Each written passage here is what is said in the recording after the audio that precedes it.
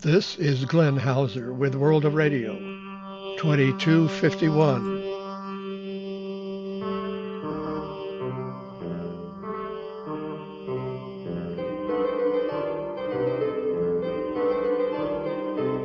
World of Radio is a listener-supported public service program about communications around the world, above all shortwave. On this edition, recorded July 11th, Antarctica, Australia, Botswana, Brazil, Chile, China, Colombia, Cuba, Egypt, Germany, Grenada, Iran, Korea South, New Zealand, Norfolk Island, Okinawa, Oklahoma, Russia, Sao Tome, Thailand, Turkey, UK, USA, Vanuatu, and the propagation outlook. Standard disclaimer, following up last week's info about LRA 36 Antarctica, which publicized a special broadcast early UT July 5th, but it did not come off. Via Manuel Mendes, we have what Adrian Corol of RAI had to say about that via WhatsApp. First, he said, problem with a transmitter board. They are working to see repair possibilities. Difficult situation at this exact moment. And then on July 6th, he said, they are working to repair the fault. Until it is repaired, LRA 36 will only be online via streaming. So it seems that Saturday we will not have a transmission either. And as of the following Thursday, July 11th, as I record, there have been no further reports of LRA 36 resuming on shortwave. Via shortwave bulletins, Zacharias Yangas in Greece reports on monitoring via remotes in Australia some of their low-power shortwave stations, such as on 9670. It's a second harmonic of 4835. Contacted Dave Stewart about that, as heard via the Hunter Valley remote in northeast Australia. Poor signal on 9670 with some fades, and here's the reply from Dave Stewart. Normally at this time of year, midwinter in Australia, I start transmitting at 0500 UT to cover southeastern Australia on 4835 and 2310 after dark. I was testing and was on earlier with some adjustments, and am aware of the harmonic on 9670, which is about 40 dB down. Usually when I'm on the 9 MHz band, it's full of stations and the small signal would not be heard. But if early in the afternoon here, when the band is clear, a very small signal will get through. Zacharias Yangas was listening on the 1st of July to 2310 at 0921 UT with music of the 50s, but was not parallel to 4835. At that time, no harmonic on 9670. He also heard another station, Radio Simban, on 2368.38, relaying a TV feed from Greece, he thought, about the fires there. And on another occasion, it was on 2368.2 with Greek songs. 15580 is our best chance to hear many hours of VOA English to Africa, listed as the Botswana relay. I was checking it out on July 5th.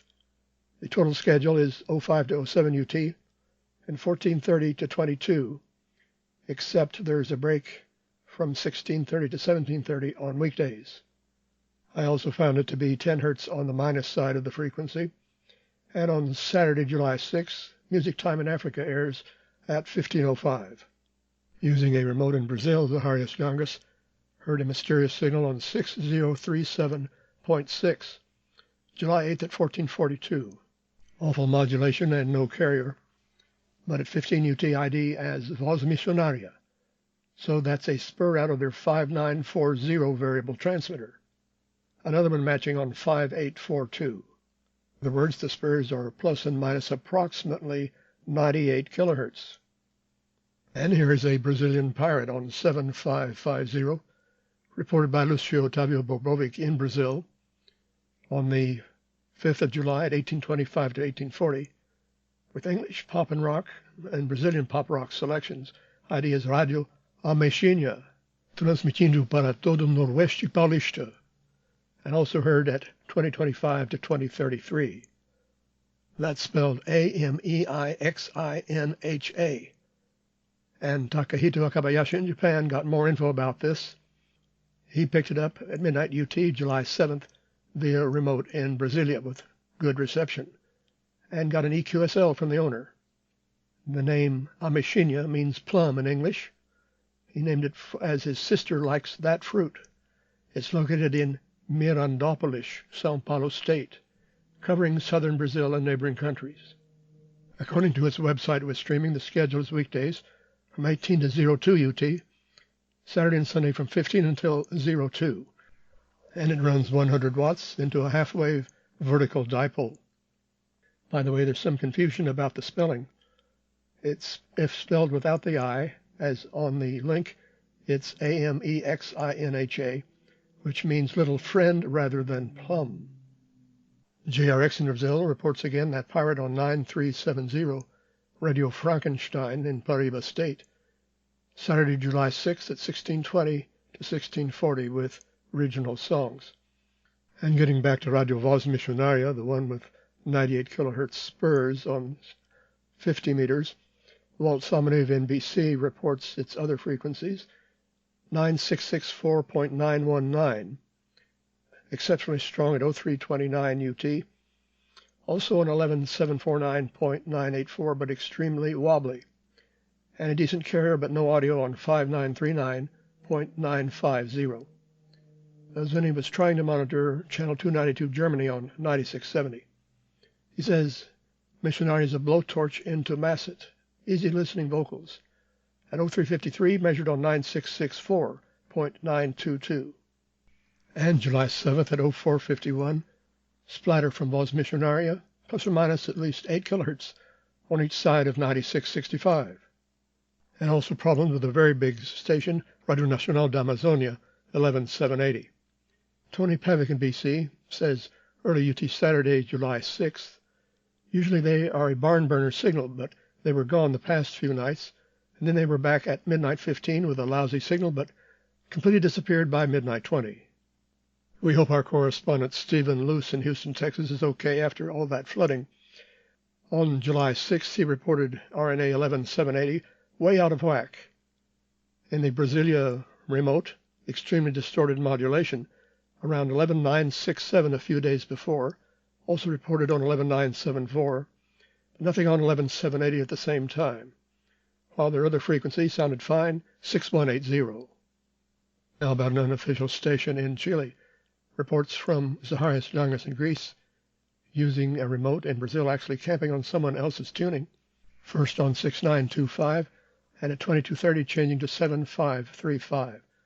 First ID was heard as Radio Grande. Lucio Bobrovic in Brazil explains that it is Radio Companhia Worldwide, or RCW, relaying the station Radio Grande. They usually relay other stations, with 40 watts on 6925 and 100 watts on 7535. China and Non, using the remote in Holland, Richard Langley reports on the final day of Radio Free Asia in Cantonese, monitored Sunday, 7 July between 14 and 15 UT on 13575, with jamming presumably by CNR1 programming. RFA was using different frequencies on different days of the week, perhaps originally to confuse jammers. It was no longer on the air, but the jammers were still there, on 8 July on 13755, on 9 July 13795, and on 10 July 13755, all in the absence of RFA. How long will they keep that up, wasting power? Yet another unofficial in South America, from Colombia, Manuel Mendez in Spain, reports hearing direct on 6017 on the 9th of July at 3:53, Organización Radial El Prado. It had been many months without hearing it, but was on the air with Colombian songs and closing with the national anthem at 0357. We never know which frequency, if any, will be in use by Radio Havana, Cuba, for English in our evenings. July 7th at 0115, they were very strong on 9700. But on July 10th at midnight 5, they were already in English on 11950 with a very good signal and modulation. Imagine that. From Egypt, Radio Cairo is seldom heard anymore, and we just about concluded it was gone from shortwave, but some reports are appearing. In Australian DX News, Gavin Waters reports 9470 on the 9th of June at 1834, listed in Italian for Europe, but there was virtually no audio. And Andy Reid in Ontario says it's back on 9440, July 10th at 2120, but just an open carrier. And it was also on last Sunday, and was already gone by 2128. That's the scheduled sesquihour in English from 2115. As of July 11th, Alan Holder on the Isle of Wight explains, Radio Cairo has been on the air irregularly as usual. According to my latest observations, English at 21:15 was on 9440 on these dates: June 5, 7, 9, 16, 23, 26, and 30, and on July 7, 9, and 10. Albanian, Italian, and German are also on air irregularly. It's still using only one of their worn-out transmitters since the beginning of this year. The audio level varies from 0 to around 30% maximum at a guess, still with some distortion and very hard to make out the spoken content. We had some occasional days in 2023 when the audio was acceptable, but right now there is just no point in trying to listen to the programs or hoping for any improvement. He says, I feel sorry for the programming staff with all their efforts going to waste. I suppose they no longer care whether they are being heard as long as they are getting their regular salaries. But Alex Myatnikov in Ukraine replies, I recall that Egypt's external service was also broadcast via satellite. Maybe they do have some audience there. Bill Tilford tells us about his July broadcast on Channel 292 Germany. Saturday, July 13th, it's from the Isle of Music. About Cuban music, with the winning album in the traditional variado category, Danzoneando en Vivo desde Matanzas, by Orquesta Failde of Cuba Disco 2024. And then exactly 1 week later, on Saturday, July 20th, it's Uncle Bill's Melting Pot, with various multi-ethnic music, blending musical styles from different cultures. Here are the times for both of those and the frequencies. 17 to 18 UT on 9670, beaming towards South Asia. At 19 to 20, 3955, and 6070, omnidirectional for Europe and beyond, as is the third broadcast at 23 to 24 UT on 3955 only. July 8th at 0146, I was hearing rock music on 9670, that's Channel 292 Germany, testing a directional antenna this way, so reception was much better than usual. Also, Terry Cogan of Texas Radio Shortwave says the 9670 signal has been fared very good between 22 and beyond 03 UT on the East Coast and into the Midwest of North America. So, TRSW is carrying out some tests during these hours. On UT Saturday, July 30th at 0200, the Yellow Rose of Texas Hour. On the 14th at 0100, the Texas Music A to Z Hour, number 1, featuring cities and towns, and the same program also on July 20th at 0300, and Yellow Rose of Texas again on July 21st at midnight UT. Reports, of course, wanted for a spiffy QSL. Judging from the news about hurricane damage on the island of Carriacou of Grenada, this is hardly surprising, but it's sad to have it confirmed. From Linus F. Didier via Idun's medium wave news on the 5th of July. On 1400 kilohertz, the harbor light of the Windwards is off the air after Hurricane Beryl. The infrastructure on the island of Carriacou has been almost totally destroyed, including the transmitting towers, some of which were bent in half by the power of the eye of the hurricane. It may be a while before they can recover. Of course, 1400 is just about impossible to hear inside North America, but it's widely heard in Europe and perhaps the South Pacific. About Iran, from Tony Rogers, DX Guides via communication of the British DX Club. IRIB Arabic Radio is part of their world service 24/7 for the Arab world. Their schedule is at arabicradio.net.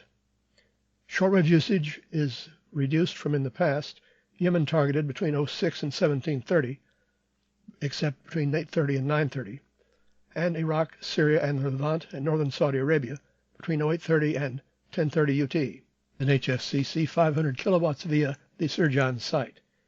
06 to 8:30 on 15240 to Yemen, 8:30 to 10:30, 15430 to Iraq, Syria, Levant, and Saudi Arabia. 9:30 to 14:30 on 15240 to Yemen, and 14:30 to 17:30 on 9840 to Yemen. He says the schedule seems to be accurate from my monitoring. IRIB chimes are played on the half hour. By the way, Iran stopped broadcasting in their own language, Persian or Farsi, many years ago. Nothing of that on shortwave.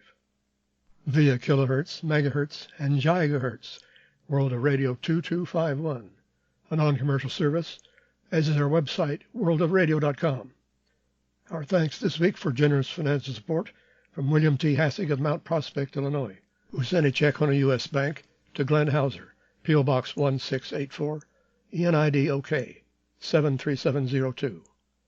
One may also contribute via PayPal, not necessarily in U.S. funds, to WORADIO@yahoo.com. Harold Sellers in British Columbia says in the spring, WRMI had been carrying KBS World Radio South Korea off the WRN feed. But wasn't on the air in May. However, on UT Saturday, July 6th, it was back on 5800, presumably at 02 to 03 UT, Tuesday through Saturday, as before. Publicity from Digital Radio Mondiale, dated July 10th, via Mike Terry says, Radio New Zealand's new 100 kilowatt shortwave DRM transmitter has been installed at the Rangitaki Transmitter Center and is fully operated now by the New Zealand public broadcaster.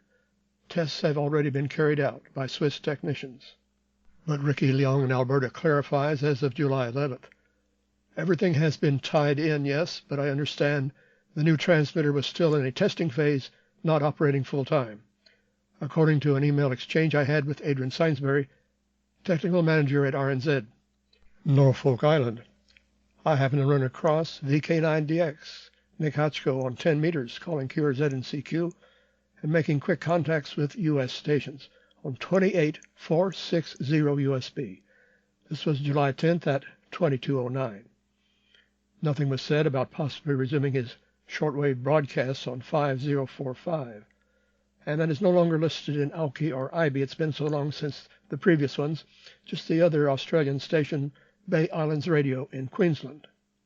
Filed under O for Okinawa, although I know it's part of Japan now, a story from Stars and Stripes, dated July 8th, via Steve Witt of Medium Wave News. Dateline, Camp Foster.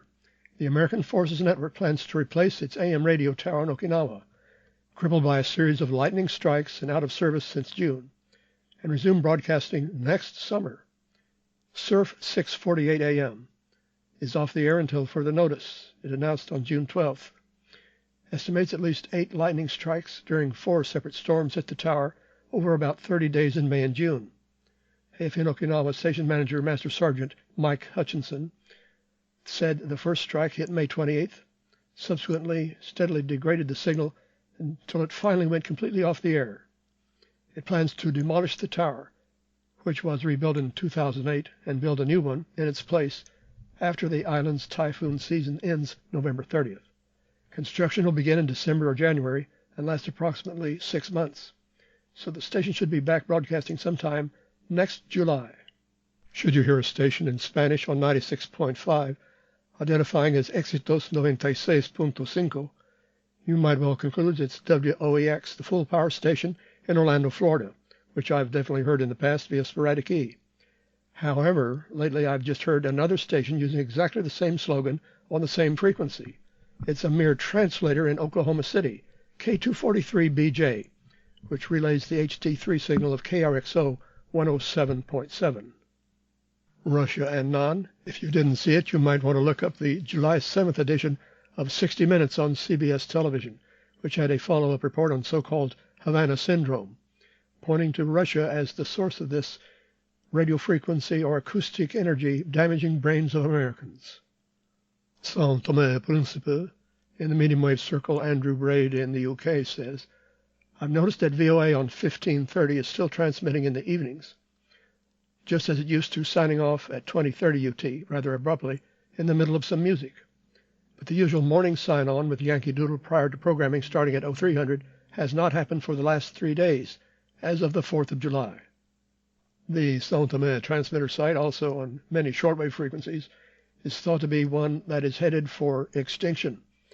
So I checked out a number of their scheduled broadcasts on shortwave as well as medium wave on July 8th. Some of them were still there, and some not, detailed in my reports. Andy Reid in Ontario reports problems hearing Radio Thailand's English to North America service at midnight UT on 13750. As of July 9th, he says, for the last couple of nights it's been missing at midnight UT, although I could hear them power up for a minute at 2345 with a test tone and normal strength. Jules Letourneau of the official SWO channel replies, I can hear it weekly in Montreal at midnight 12 UT, must be propagation conditions. But Andy says at midnight 28, if that's Thailand, they are using a different antenna, China is also on at this time. The carrier dropped at midnight 30, so it is Radio Thailand, but not toward North America. Voice of Turkey continues to be unreliable for English to us at 22 UT on 11785. It was missing on both July 8th and 9th, unusual 2 days in a row. From Radio Today, 14 June, via Mike Terry in the British DX Club, a coalition of commercial media and content businesses have written to the Labour Party to warn against allowing the BBC to introduce advertising. They say adverts on BBC audio and podcasts would cause damage to the UK's creative industries and the content provided for audiences. BBC services are currently funded by 3.8 gigapounds in license fee income. Commercial media businesses rely primarily on advertising revenues, which would be eroded significantly if the BBC also sought to generate advertising. And from The Guardian, July 10th, via Mike Cooper, BBC plans to launch a Radio 2 Golden Oldies spin-off station have hit the buffers after commercial rivals complained to the media regulator. In February, BBC announced that Radio 2 planned to target older listeners with a new online channel featuring music from the 50s to the 70s, as well as some of the people who shaped the cultural landscape at the time. BBC had hoped to launch its new online station, not automatically subject to the same level of scrutiny as analog or digital stations, on BBC Sounds as soon as this month. An internal BBC investigation found it would not have a significant negative effect on its competitors. Also about this in the July 10th Media Leader via Mike Terry. Ofcom has blocked one of 3 proposed early launches of BBC spin-off stations and requested a full public interest test and regulatory process. BBC announced its intention to launch 4 distinctive digital music stations as extensions for radios 1, 2, and 3, facing pushback from commercial radio players, as an attempt to directly imitate the recent success of commercial stations. Separately, the media regulator has allowed the new Radio 1 service covering the 2000s and Radio 3 Chill station to proceed on BBC Sounds. I've already mentioned something about this under other country headings, but under USA and Non, cutbacks at Voice of America and USAGM. It looks like Sao Tome and Botswana have had 18 programs canceled, also taking a big hit in programming are Udon, Thailand, and Tinang, Philippine Islands. It is as yet unclear whether these are steps toward closing down those relay sites entirely. John Jurasek in Florida reports on UT July 11th, I conducted a monitoring exercise attempting to monitor every VOA broadcast between 02 and 07 UT through my own setup, as well as remote receivers around the world, to see where things stand. The results are not good. It's looking similar to the BBC cutbacks earlier in the year, and perhaps 60 to 70% of all broadcasts eliminated. If there's any silver lining, the English service seems minimally impacted, but that's about it. And his findings, in too much detail to quote here, but in generally, at 0200, Burmese gone from Thailand and Philippines. At 0300, Burmese gone from Thailand. Tibetan gone from Kuwait. Burmese and Tibetan gone from Philippines. At 0400, Shona gone from Sao Tome, but English still there on some frequency. Tibetan gone from Thailand and Philippines. At 0500, Hausa gone from Sao Tome, but still on from Ascension. And from Vatican, Kinyarwanda gone from Sao Tome and Botswana. Tibetan gone from Kuwait, Thailand, and Philippines. At 0600, French gone from Sao Tome, Wolverton, and Botswana. Kai Ludwig in Germany adds, Portuguese at 18 to 1830 is gone.